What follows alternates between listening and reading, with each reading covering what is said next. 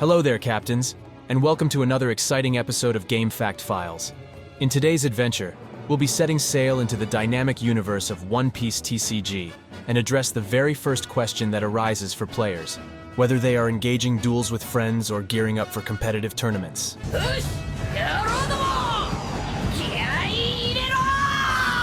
To answer this question, you need to understand that in card games there can be two kinds of players: people that play the deck they enjoy, and people that want to win. To achieve victory, you don't only need to master the mechanics of your chosen deck, but also to understand and adapt to the phenomenon of the ever-evolving metagame.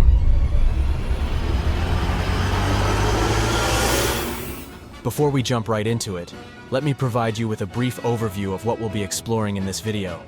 Plus, if you haven't already, take a moment to hit that subscribe button, because your support helps the channel thrive.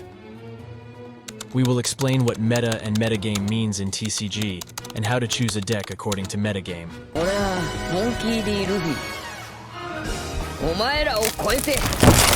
The word metagame is composed of the Greek prefix meta, that means beyond. The concept gained traction in game design in a column written in 1995 by Richard Garfield, the creator of Magic the Gathering for the Duelist magazine. Garfield defined metagame as how a game interfaces beyond itself, and asserted that this can include what you bring to a game, what you take away from a game, what happens between games, and what happens during a game. What it practically means is that players compete with decks they have created in advance, and the meta consists of the deck types that are currently popular and expected to show up in large numbers in a tournament. Metagame means the strategies and decks that are popular at a certain time. It includes the decks winning tournaments and how players are trying to beat those decks. The knowledge of metagame trends can give players an edge against other participants, both while they are playing by quickly recognizing what kind of deck opponents have, and guessing their likely cards or moves, and during the deck building process, by selecting cards that do well against current popular deck types at the possible expense of performance against rarer ones.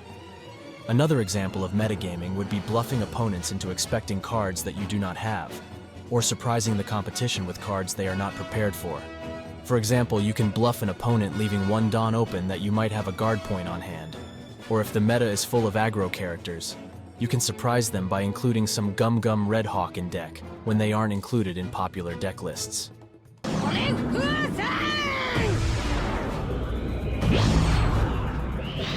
In gaming terms, meta stands for most efficient tactic available. In Piece TCG, you can say the deck that consistently wins games in the most games as possible is a meta deck. The meta provides the general guidelines for a deck in relation to what most people are proposing. When metas become too overpowering, the developers have to step in and return the game to balance. For example, the restriction of Newgate and Marco to one copy, or the ban of the Moby Dick stage, was made to somehow return the balance to the game, since Whitebeard was already rampaging in top positions for long.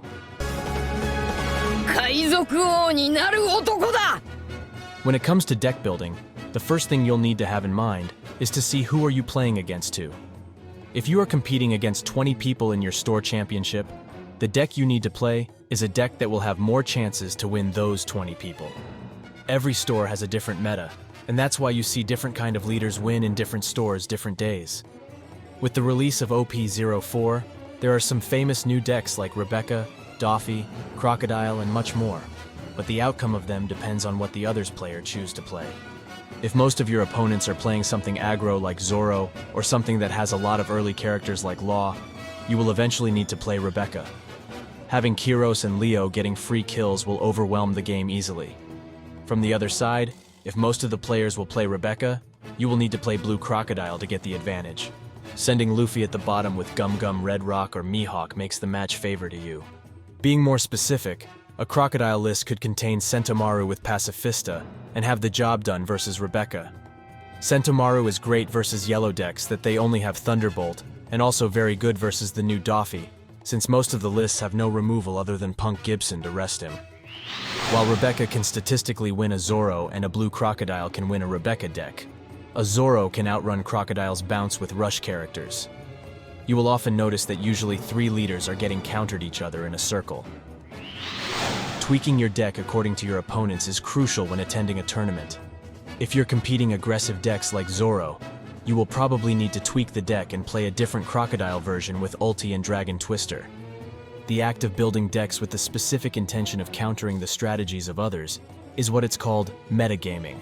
If you are a beginner and you only own one deck in a bad meta environment, you will eventually need to swap to a deck that counters the people that beat you.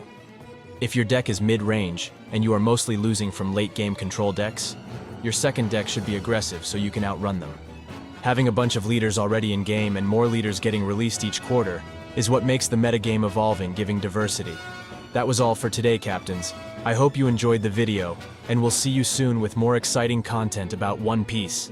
Feel free to drop any comment of any topic you'd like to see in the upcoming videos.